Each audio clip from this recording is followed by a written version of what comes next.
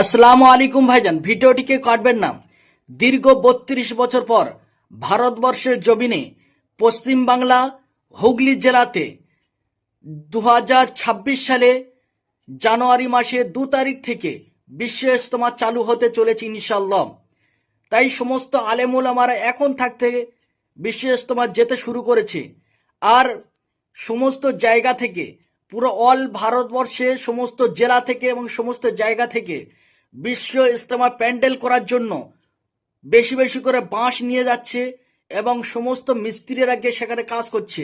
সমস্ত মুসলমানরা সেই জায়গায় গিয়ে কাজ করছে।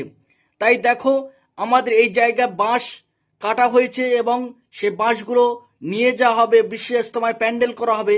আর এখনো পর্যন্ত সেই বিশ্ব ইজতেমায় প্যান্ডেল করা চলছে, বাঁশের কাজ চলছে। সমস্ত বন্ধুরা সবাই জলদি জলদি চলে যাও বিশ্ব ইজতেমায়।